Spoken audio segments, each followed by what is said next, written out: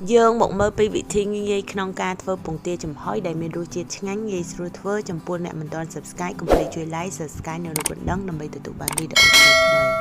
បើសិនជាមានចម្ងល់អីអាច comment នៅក្នុង comment បានខ្ញុំប្រើពងទា5គ្រាប់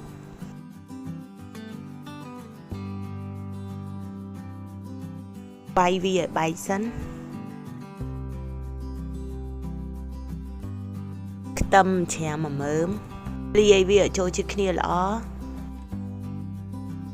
អំបិល1ស្លាបកាហ្វេប៊ីចេង1ស្លាបកាហ្វេម្រេច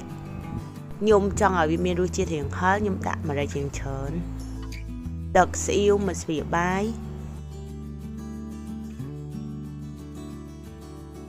លាយវាឲ្យចូលជាតិគ្នាល្អ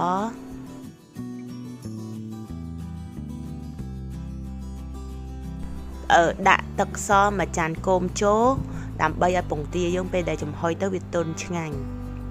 កាលណាយើងអត់លាយទឹកទេធ្វើឲ្យពងទាយើងរឹងអត់សូវឆ្ងាញ់ទេលាយវាឲ្យចូលជាតិគ្នាល្អដាក់ស្លឹកខ្ទឹមចូល